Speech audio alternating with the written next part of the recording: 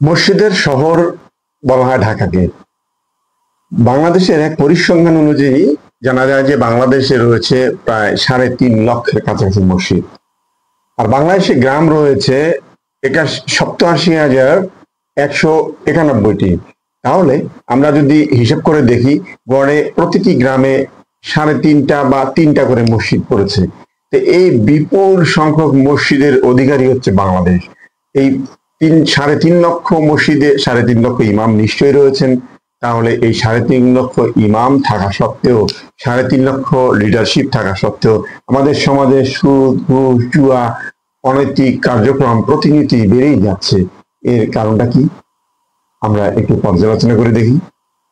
আমাদের সমাজে এই সুদ, ঘুষ, জুয়া, দুর্নীতি এ সকল পিছনে আমরা 4টা কারণকে বিবেচনা করতে পারি।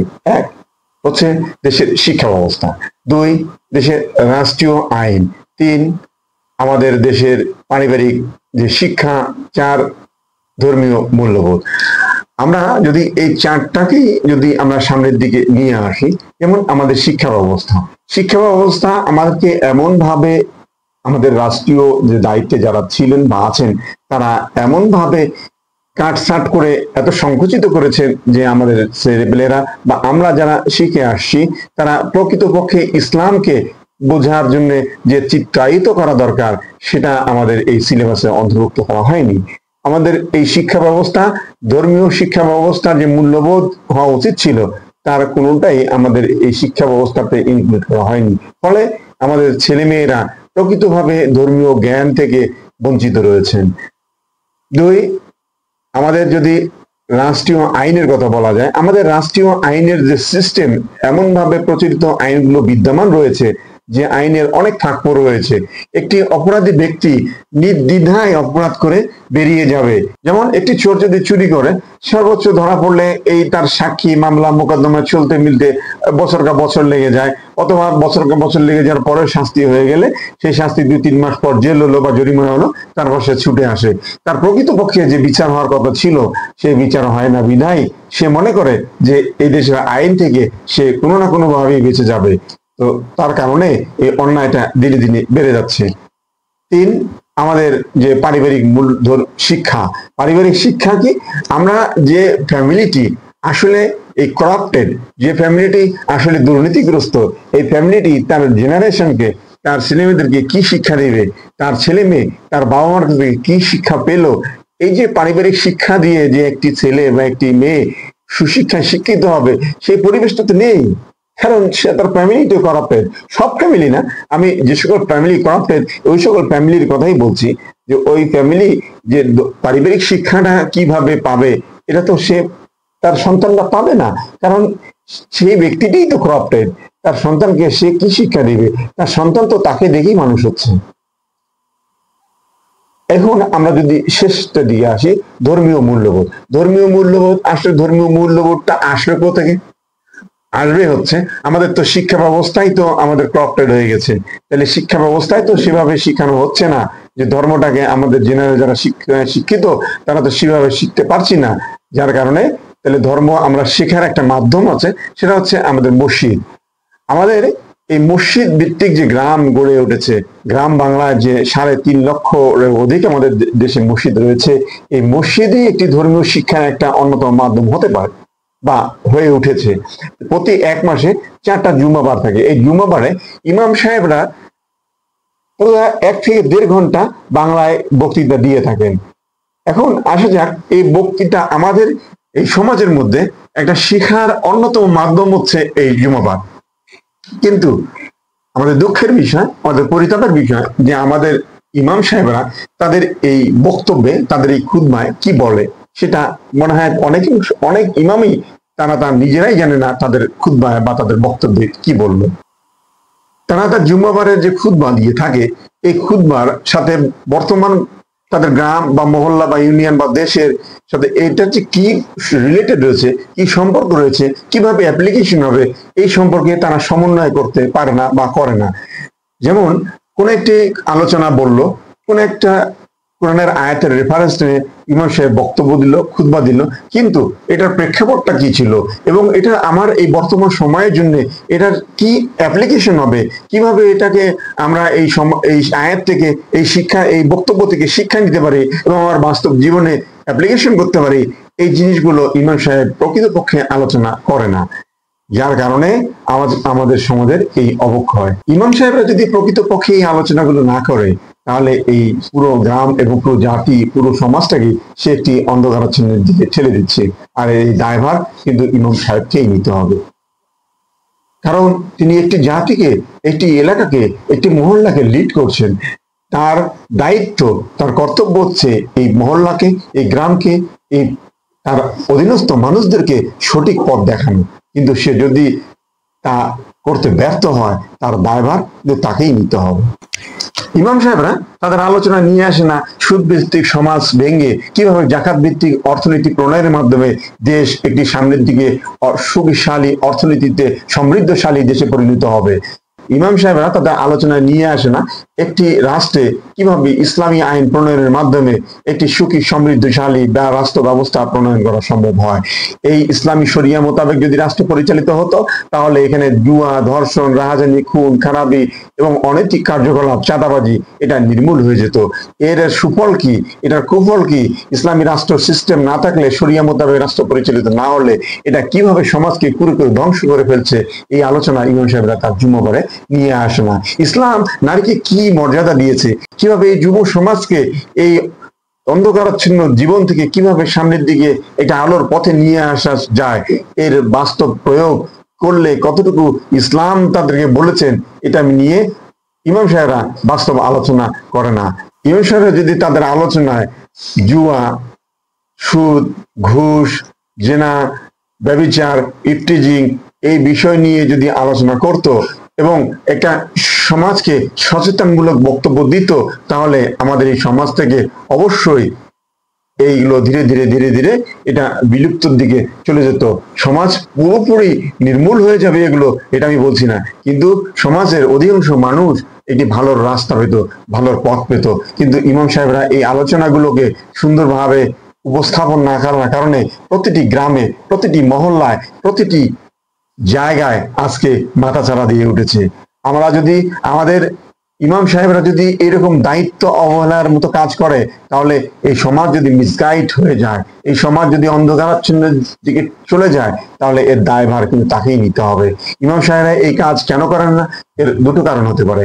এক হচ্ছে হয়তোবা ইমাম সাহেবরা জানেন না যে কিভাবে কোরআনের আলোকে এই সমাজকে গড়লে সুফল বয়ে আসবে, কিভাবে কোরআনের বাস্তব জীবনে অ্যাপ্লিকেশন করা যায়, এর সঠিক জ্ঞান তার মধ্যে নেই।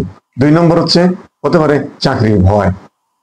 যদি আমরা প্রথমটার দিকে বিবেচনা করি, তাহলে দেখা যাবে যে একজন ইমামের অবশ্যই এর সঠিক জ্ঞান এবং যথার্থ জ্ঞান রয়েছেন, যার কারণে সে তো ইমাম হয়েছেন, সে এই জ্ঞানে জ্ঞানী বিধায় আমরা তাকে সিলেক্টেড করছি।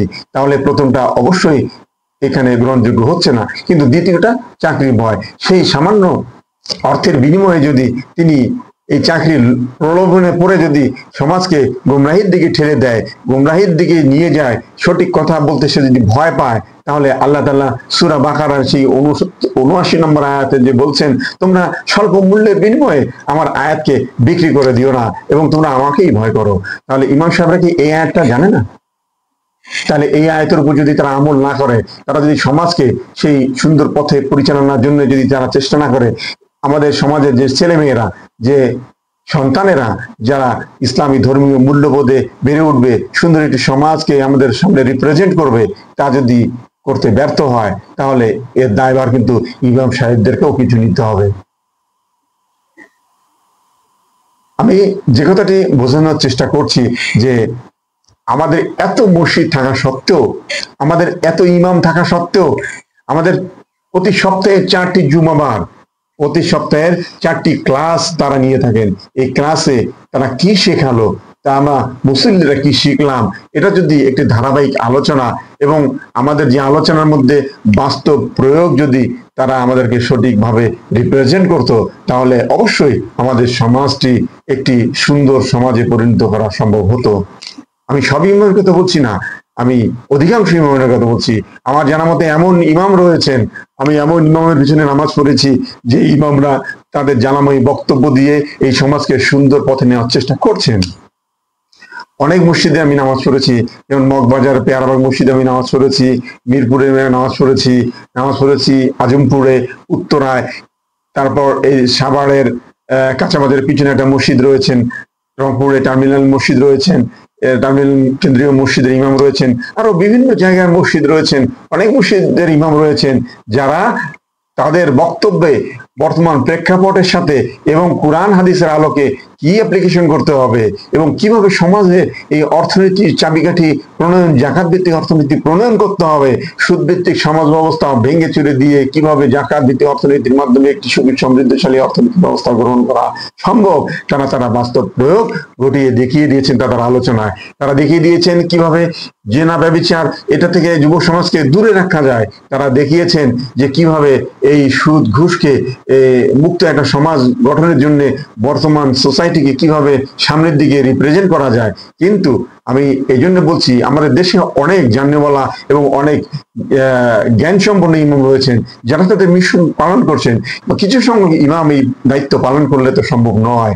আমাদের দেশের সকল ইমাম যদি একযোগে তারা তাদের দায়িত্বকে অবহেলা না করে, তারা তাদের চাকরিকে ভয় না করে যে আমি সঠিক কথা বললে আমার চাকরি চলে যাবে, এইরকম ভয়কে উপেক্ষা করে তারা যদি তাদের বক্তব্যটাকে সঠিকভাবে রিপ্রেজেন্ট করতো, তারা যদি তাদের দায়িত্বটাকে সঠিকভাবে পালন করতো, আমার মনে হয় যে আমাদের সমাজে অনেকাংশেই এই অন্যায় কাজগুলো এবং এই অশ্লীল কাজগুলো কমে যেত এবং আমাদের ছেলে মেয়েরা একটি আদর্শবান শিক্ষিত হতো, ধর্মীয় মূল্যবোধ তাদের চরিত্রের মধ্যে ফুটে উঠতো এবং তারা শুধু এক জেনারেশন না, এভাবে পরবর্তী জেনারেশনও আমরা তাদের একটা সুখী সমৃদ্ধ জেনারেশন উপহার দিয়ে যেতে পারতাম। কিন্তু আমার বক্তব্য শুধু এটা আমি বলতে চাচ্ছি না যে পুরোপুরি ইমামরা এর মধ্যে দায়ী, কিন্তু আমি কেন বলছি, আমি বলছি এই কারণেই ইমামদের যথেষ্ট গুরুত্ব রয়েছে। কারণ আজকে যারা বাবা হয়েছেন তারাও তো একসময় এই ইমামের পিছনে নামাজ পড়ছেন, তারা তাদের ছেলে মেয়েকে, সে যদি নিজেই না জানে ধর্মীয় মূল্যবোধ, যেটা বলেছিলাম পারিবারিক শিক্ষা, সেই পারিবারিক শিক্ষা সে পাবে কই থেকে? শিক্ষা ব্যবস্থা তো নেই। তাহলে আমার মধ্যে যদি ধর্মীয় মূল্যবোধ না থাকে, তাহলে আমি আমার যে সন্তানকে কিভাবে ধর্ম শেখাবো, আমার সন্তানকে কিভাবে আমি ইসলামাইজ করব? তাহলে এই জেনারেশনের পর জেনারেশন যদি আমরা এভাবে গড়ে উঠতে থাকি, তাহলে এক সময় দেখা যাবে ধর্মীয় মূল্যবোধের নাম নিশানায় মুছে যাবে। তাই আমি সকল মসজিদের ইমাম এবং সকল জানেওয়ালা লোকদের প্রতি আমার আহ্বান থাকবে যে তারা যদি তাদের সঠিক দায়িত্ব সঠিকভাবে পালন করতো, সামান্য অর্থের বিনিময়ে আল্লাহর এই দেয়া বিধান, আল্লাহর এই দেয়া আইনের যে আলোকবর্তিকা তারা সমাজে ছড়িয়ে দেওয়ার যে দায়িত্ব নিয়েছেন, এই দায়িত্ব থেকে যদি যারা পিছুপা হয়ে যায়, মহান রব্বুল আলামিনের দরবারে তাদেরকে কাঠগড়া দাঁড়াতে হবে এবং এই সমাজের যত লোক এবং যত ব্যক্তি অন্ধকারাচ্ছন্নের দিকে চলে যাচ্ছে, পথহারা হচ্ছে, এর দায়ভারও কিন্তু ওই ইমামকেই নিতে হবে। কারণ সে একটি সমাজের, সে একটি মসজিদের, সে একটি মহল্লার মানুষদেরকে লিড দিচ্ছে। এই দায় থেকে সে কখনোই মুক্তি পেতে পারে না। তাই প্রতিটি ইমামকে, প্রতিটি মসজিদের ইমামদেরকে সঠিকভাবে তাদের জুমাবারের বক্তব্য, জুমাবারের খুতবা, বর্তমান প্রেক্ষাপট এবং কোরআনের আলোকে আল্লাহ সেই আলোচনার মধ্যে তিনি যে আয়াত নিয়ে আলোচনা করেছেন, তিনি যে ইতিহাস নিয়ে আলোচনা করেছেন, সেই ইতিহাসের সাথে বর্তমানে এই আমাদের বাস্তব জীবনে কি করলে এবং কি প্রয়োগ করলে আমাদের সন্তানেরা সঠিকভাবে সুন্দর আলোর দিশা পাবে, তার মিলবন্ধন ঘটাতে হবে। শুধু আলোচনা করলেই চলবে না, সেই আলোচনার সাথে আমাদের বাস্তব প্রয়োগ, আমরা কি শিখলাম তার আলোচনা উঠে আসতে হবে। তাহলেই তার আলোচনা, জুম্মাবারের আলোচনা সার্থক হবে। সর্বোপরি আমি আমার আলোচনার শেষে আমি একটি কথা বলতে চাই। আমি এই ক্ষুদ্র জ্ঞানে ইমামদের নিয়ে যে কথাগুলো বললাম, সবাই আমার ক্ষমা সুন্দর দৃষ্টিতে দেখবেন। আমি আসলে এই আলোচনাটি করতে চেয়েছিলাম না, কারণ আমি অনেক ইমাম, মসজিদের ইমামের পিছনে নামাজ পড়েছি এবং দেখেছি তাদের আলোচনার সাথে বর্তমান প্রেক্ষাপটের কোনো মিল নেই। তারা শুধু গতানুগতিক আলোচনা করেই যায়। তো এভাবে যদি তাদেরকে না থামানো যায়, তাহলে এই সমাজের কি হবে?